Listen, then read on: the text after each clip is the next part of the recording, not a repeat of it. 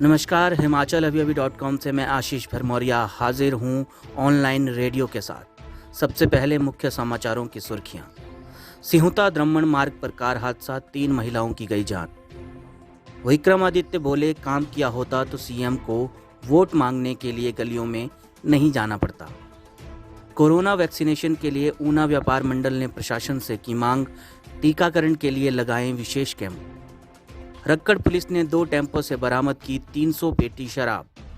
हिमाचल में शहरी निकायों और पंचायतों के लिए सोमवार को थमेगा प्रचार। मतदान केंद्रों के लिए रवाना होंगी पोलिंग पार्टियां। छत्तीसगढ़ बीजापुर हमले में 22 जवान शहीद। नक्सलियों ने लूटे 2 दर्जन सुरक्षाकर्मियों के हथियार। कोरोना हुआ बेकाबू, 93,000 से ज़्यादा मामलों ने बढ़ाई सरकार की चिंता। पीएम मोदी कर रहे उच्च स्तरीय बैठक। कोरोना वायरस की चपेट में आए अक्षय कुमार, सबसे पहले शूटिंग की थी शुरू। अब समाचार विस्तार से। आपके स्वास्थ्य का प्रहरी श्री बालाजी हॉस्पिटल, कांगड़ा, हिमाचल प्रदेश के चंबा जिला में एक दर्दनाक सड़क हादसा हुआ है। इस हादसे में 3 महिलाओं की जान चली गई। जानकारी के अनुसार सिहुता से द्रम्मण की ओर जाने वाले मार्ग पर एक कार हादसे का शिकार हो गई। इस कार में 6 लोग सवार थे, जिसमें से 3 महिलाओं की मौके पर ही मौत हो गई। चालक समेत 3 अन्य गंभीर रूप से घायल बताए जा रहे हैं। कार में सवार सभी लोग जातर लेकर माता के मंदिर जा रहे थे कि सिहुता द्रम्मण मार्ग पर लोदरगढ़ के पास कार हादसे का शिकार हो गई। पुलिस चौकी सिहुता से टीम मौके पर पहुंची और घायलों को निकटवर्ती अस्पताल पहुंचाया। पुलिस मामले की जांच कर रही है।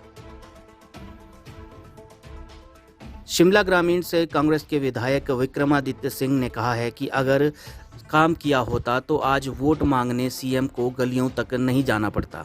आज मंडी में मीडिया से बातचीत करते हुए राज्य सरकार और सीएम जयराम ठाकुर पर विक्रमादित्य ने जमकर जुबानी हमला बोला। उन्होंने कहा कि 3 वर्ष में सरकार कोई भी विकास कार्य करवाने में पूरी तरह से नाकाम रही है।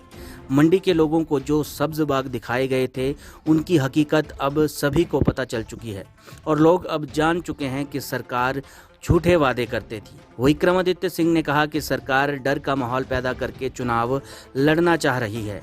अधिकारियों और ठेकेदारों पर दबाव डाला जा रहा है और सरकारी मशीनरी का जमकर दुरुपयोग किया जा रहा है। ऊना जिला मुख्यालय पर स्थित दुकानदारों की शुरू हुई कोविड सैंपलिंग के बीच व्यापार मंडल ने सैंपलिंग के स्थान पर व्यापारियों के लिए टीकाकरण के विशेष कैंप लगाने की मांग उठाई है। व्यापार मंडल ऊना शहरी इकाई के अध्यक्ष मोतीलाल कपिला ने कहा है कि कोरोना को रोकने का सैंपलिंग कोई स्थायी हल नहीं है, लेकिन अगर सरकार व्यापारियों के लिए वैक्सीनेशन के विशेष कैंप लगाती है तो सभी व्यापारी टीकाकरण भी करवाएंगे और कोरोना पर भी रोक लगेगी। प्रशासन के निर्देशों के बाद ऊना शहर में दुकानदारों और व्यापारियों के कोविड जांच के लिए सैंपल लेने की प्रक्रिया चल रही है और पहले दिन हुए सभी 23 दुकानदारों के सैंपल आरटीपीसीआर जांच में नेगेटिव पाए गए हैं।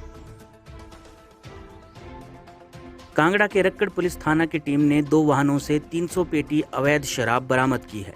पुलिस के हाथ ये बड़ी सफलता रक्कड़ थाना के तहत पड़ते बणी में रविवार सुबह 5 बजे लगी, जब एसएचओ जीत सिंह की अगुवाई में पुलिस ने गश्त के दौरान 2 टेम्पो से 300 पेटी संतरा मार्का शराब मौके पर पकड़ी। इस दौरान एएसआई राजेश कुमार, एएसआई नाजर सिंह शक के आधार पर उन दोनों गाड़ियों को बणी में नाके के दौरान रोका और तलाशी लेने पर टेम्पो के अंदर से शराब की खेप बरामद हुई। थाना प्रभारी एसएचओ जीत सिंह ने बताया कि ये दोनों गाड़ियां देहरा की ओर जा रही थीं, जिनमें अवैध शराब मौके पर वहां मौजूद रक्कड़ पुलिस के अधिकारियों ने पकड़ी है।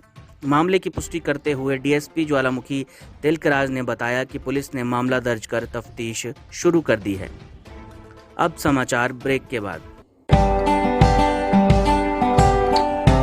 Shri Balaji multi speciality hospital Kangra, जहां आपको एक ही छत के नीचे मिले बेहतरीन चिकित्सा सुविधाएं, cardiology, laparoscopic, general surgery, neuro surgery, orthopaedics, paediatric, radio diagnosis, urology, gastroenterology, ophthalmology, pathology, medicine, anaesthesia और डेंटल जैसी अत्याधुनिक और बेहतरीन चिकित्सा सुविधाएं, 24 घंटे इमरजेंसी सुविधा, 9 बेड के साथ critical care unit, cardiac monitor और डिफिब्रिलेटर्स, सेंट्रल ऑक्सीजन लाइन और वेंटिलेटर सुविधा, हिमाचल प्रदेश के सबसे बड़े निजी स्वास्थ्य सेवा प्रदाताओं में से एक Shri Balaji multi speciality hospital Kangra राष्ट्रीय स्वास्थ्य बीमा योजना के साथ सूचीबद्ध Shri Balaji multi speciality hospital Kangra BPL परिवारों के लिए अस्पताल में कैशलेस भर्ती होने के साथ ही ईसीएच की भी सुविधा।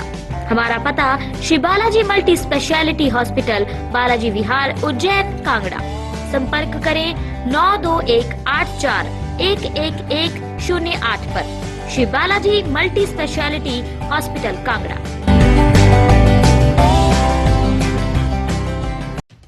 हिमाचल प्रदेश के 10 शहरी निकायों और 128 पंचायतों में चुनाव के लिए सोमवार शाम 4 बजे प्रचार का दौर थम जाएगा।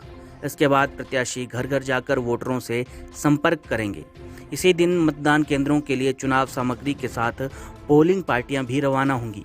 नज़दीक के पोलिंग स्टेशन के लिए 6 अप्रैल को कर्मचारी भेजे जाएंगे। राज्य चुनाव आयोग ने 550 पोलिंग पार्टियां तैनात की हैं। 7 अप्रैल को सुबह 8 बजे से लेकर 4 बजे तक मतदान होगा। इसके बाद 1 घंटे का समय कोविड संक्रमित वोटर्स के लिए रखा गया है। मतदान के तुरंत बाद वोटों की गिनती शुरू होगी और फिर चुनाव के नतीजे घोषित कर दिए जाएंगे।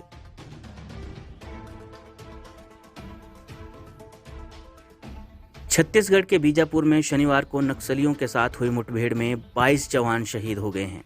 सुरक्षा बलों ने जवानों की तलाश में आज सुबह सर्च अभियान शुरू किया है। बीजापुर के एसपी कमल लोचन कश्यप ने ये जानकारी दी। पीएम नरेंद्र मोदी, गृह मंत्री अमित शाह और छत्तीसगढ़ के मुख्यमंत्री भूपेश बघेल ने घटना को लेकर दुख व्यक्त किया है।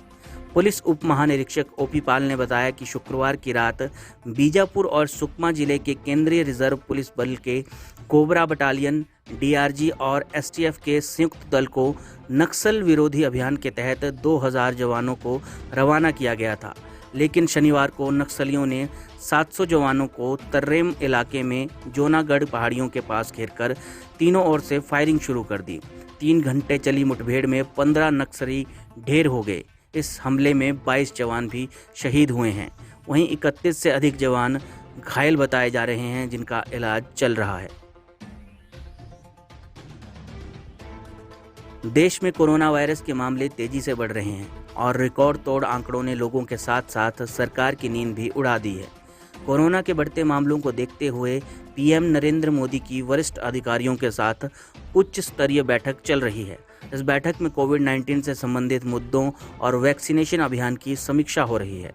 इस बैठक में कैबिनेट सचिव, प्रधानमंत्री के प्रधान सचिव, स्वास्थ्य सचिव और डॉक्टर विनोद पाल शामिल हैं। ऐसा माना जा रहा है कि कोरोना की दूसरी लहर से निपटने के लिए पीएम मोदी उच्च स्तरीय बैठक के बाद कुछ बड़ा ऐलान कर सकते हैं।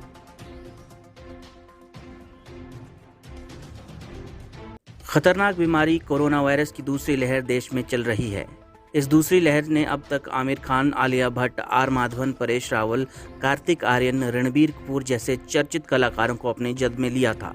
अब रविवार को सुबह खबर मिली कि इस वायरस ने खिलाड़ी अभिनेता अक्षय कुमार को भी अपना शिकार बना लिया है। अक्षय कुमार ने सोशल मीडिया पर एक पोस्ट साझा कर ये जानकारी दी कि वो कोरोना संक्रमित पाए गए हैं। उन्होंने लिखा कि मैं सभी को सूचित कर देना चाहता हूं कि इसी सुबह मैं कोरोना वायरस से संक्रमित पाया गया हूं। सभी बातों को ध्यान रखते हुए मैंने अपने आप को तुरंत आइसोलेट कर लिया है।